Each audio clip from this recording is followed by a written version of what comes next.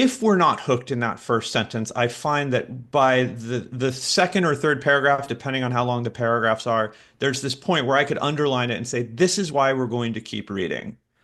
So it happens fast. And I think the idea is we're trying to not just get the editor or the reader of the journal to keep reading, but we're also trying to set this first impression, I think. Um, and give them a feeling of, oh, I'm into this story. I think, and Becky, you tell me if you agree. I think most editors say that they read through most work.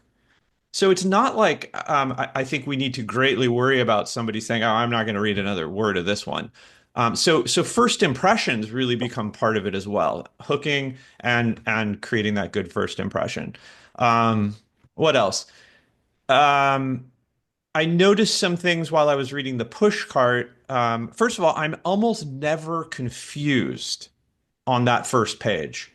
I feel like all of these writers are easing us into the story in kind of in terms of the syntax.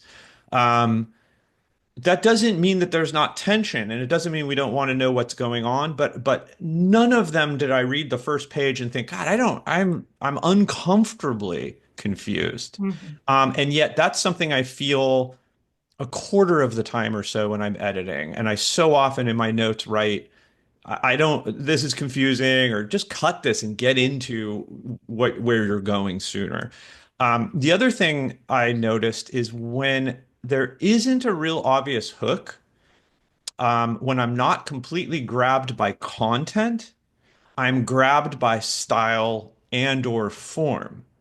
And that's actually something I do with my own work as well. So I don't necessarily give away from a contextual or subject matter point of view what's happening, but I do want to invite the reader into my voice and my language.